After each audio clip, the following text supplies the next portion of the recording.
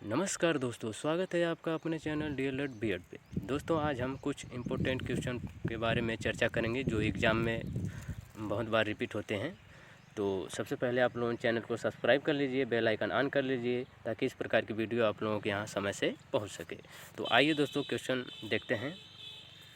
दिया है, देखिए ये क्वेश्चन बहुत बार रिपीट होता है एग्ज़ाम में, 4th सेमेस्टर में अधिक बार होता है, तो आप लोग विशेष रूप से ध्यान दीजिए।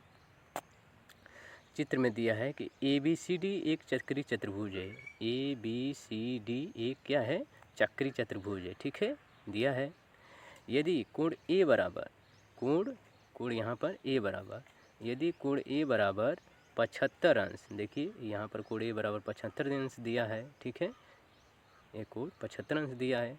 कोण B बराबर 82 अंश, देखिए ये कोण B है। ठीक है, यहाँ से कोण B बराबर 82 अंश दिया है।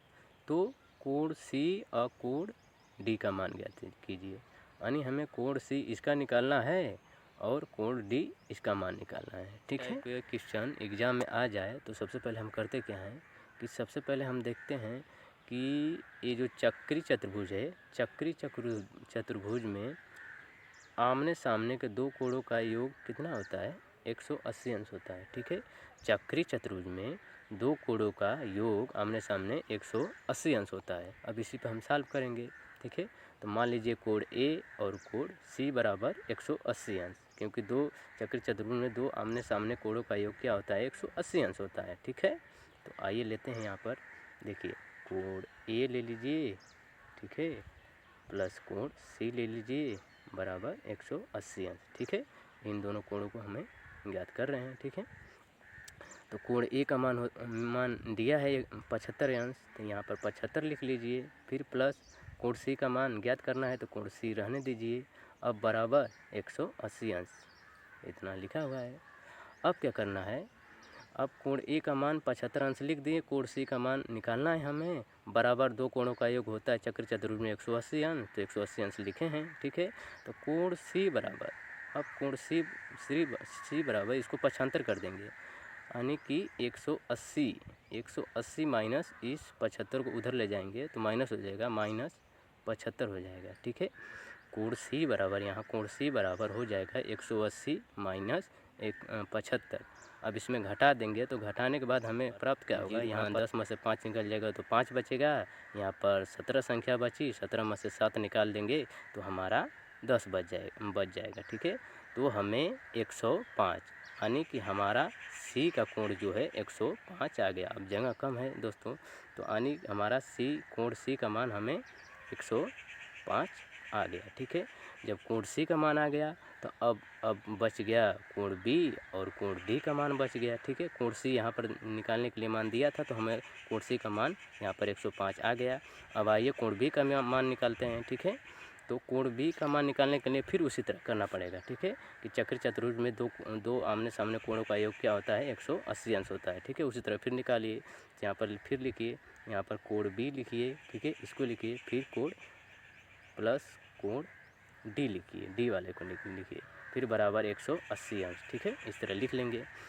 अब क्या करेंगे कि कोण B का मान लिखेंगे। यहाँ पर देखिए, यहाँ पर कोण B का मान 82 अंश दिया है। ठीक है, तो कोण B का मान लिख लेंगे 82 अंश। ठीक है, प्लस अब कोण D का मान जो है कि निकालना है, दिया नहीं है, तो कोण D को इसी तरह लिख लेंगे। अब बराबर में 180 अंश यहाँ पर लिख देंगे, क्योंकि चक्रीय चतुर्भुज में दो कोणों का योग, ठीक है, आमने सामने कोणों का योग 180 अंश होता है, तो हमने इसी तरह लिख लिया। ठीक है, अब क्या करेंगे? कोण D का मान निकालने के लिए क्या करेंगे? कोण D को हम इधर लाएंगे। अब इसको 82 को जो है 75 कर देंगे उधर, तो 75 करेंगे तो कोण D बराबर हो जाएगा। ठीक है, कोण D बराबर हो जाएगा 180 माइनस 82।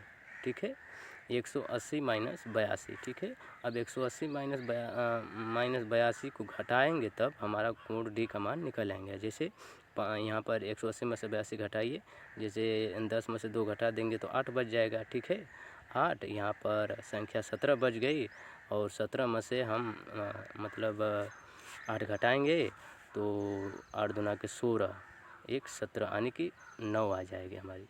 तो कोण D का मान हमें 98 प्राप्त हुआ। ठीक है, कोण D का मान हमें 98 प्राप्त हुआ। ठीक है, तो हमारा पहला कोण सी का मान निकला था 105, अब कोण डी का मान 98 हमें प्राप्त आ गया। ठीक है, तो इसी तरह आप लोगों को सॉल्व करना है दोस्तों। कोण सी का मान हम पहली बार निकाले थे 105, ठीक है, और कोण डी का मान हमें 98 निकल के आया है, जो कि आप लोगों को निकाल कर दिखाए हैं। जगह की वजह से थोड़ा सा मिटाना पड़ रहा है दोस्तों। तो उम्मीद करते हैं दोस्तों आप लोगों को समझ में आ गया होगा। इस तरह के क्वेश्चन मतलब अधिकतम बार आता है, तो आप लोग अच्छी तरह से समझ लीजिए। और कोई भी डाउट रह गया हो आप लोग कमेंट बॉक्स में पूछ सकते हैं।